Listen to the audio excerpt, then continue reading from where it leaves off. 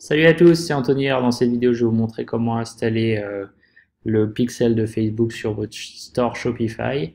Donc là, en fait, je suis dans le Business Manager de Facebook. Si vous n'avez pas de compte, je vous encourage vivement à aller sur business.facebook.com et à en créer un, puisque ça va vous rendre la vie beaucoup plus simple. Donc voilà, ici, on va récupérer le Pixel ID, on va le copier, on va aller dans Shopify, dans notre store, dans la partie préférences. En fait, il y a un champ qui est dédié. Donc on a juste à coller ça, enregistrer, et voilà, c'est tout. Donc en fait là ensuite, si on regarde, on va directement sur notre store. On va pouvoir voir que ici, le pixel de Facebook est bien détecté. J'utilise le Pixel Helper. Si vous ne l'avez pas, il vous suffit de taper Pixel Helper dans Google et d'aller chercher le petit outil dans le Chrome Store et vous avez juste à l'installer en cliquant ici. Voilà.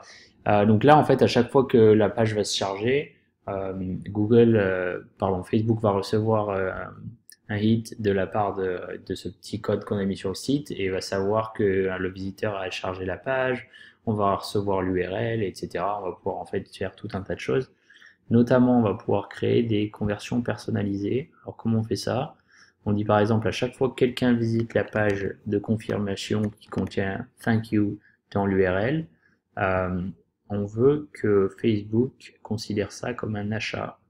Donc on crée une conversion et après on l'appelle, je vais l'appeler Purchase pour le coup. Voilà, on crée ça. Alors je ne vais pas le créer parce que je l'ai déjà fait. En fait, il vous suffit de créer ça et donc du coup vous aurez une conversion personnalisée et à chaque fois que quelqu'un va visiter la page de confirmation, ça va compter une conversion. Et donc si le visiteur venait en fait d'une publicité Facebook sur la session où il a acheté, vous allez pouvoir savoir quelle est la publicité qui a déclenché l'achat ce jour-là. Donc ça, c'est une des choses que vous pouvez faire avec le code de la manière dont on l'a installé. Après, il y a une autre chose qui est vraiment intéressante, c'est que vous pouvez aller dans la partie code en fait du pixel.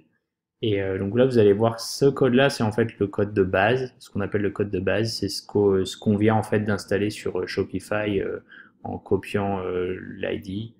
Il se trouve qu'il y a déjà une intégration entre Shopify et Facebook, donc on n'a pas eu besoin de coller ça, mais en fait, ça revient au même.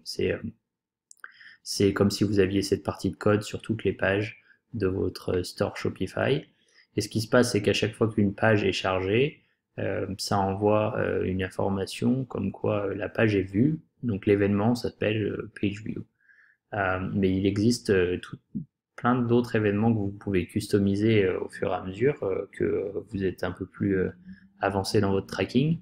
Donc par exemple, là, on a vu comment on pouvait créer une conversion personnalisée basée sur l'URL, mais en fait, on pourrait faire la même chose en utilisant un événement. Donc, un événement, c'est une autre partie de code qui vient s'ajouter au code de base qu'on a déjà installé. Et donc, on copie ça, on retourne dans Shopify, et là, on va aller dans les settings, en fait, checkout. Et là, vous avez une partie qui vous permet en fait d'ajouter des parties de code, comme par exemple pour suivre les conversions qui viennent d'AdWords ou toute autre plateforme de publicité.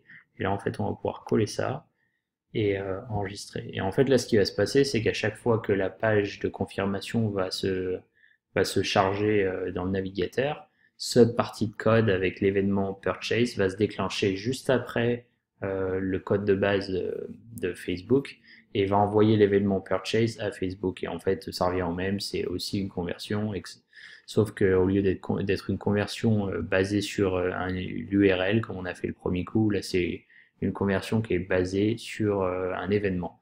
Ça revient à peu près au même dans notre cas, mais les événements vous permettent de traquer des choses beaucoup plus précises. Par exemple, si vous voulez traquer des choses comme des clics sur des boutons spécifiques sur une page, vous n'allez pas pouvoir utiliser l'URL, évidemment, donc il va vous falloir des événements, et c'est là où en fait les événements vont rentrer en jeu. Si vous venez à utiliser les événements de Facebook, je vous conseille vivement d'installer Google Tag Manager sur votre site. Ça vous facilitera la vie et c'est beaucoup plus flexible que d'aller fouiller dans le code à chaque fois pour y positionner des événements comme on vient de voir.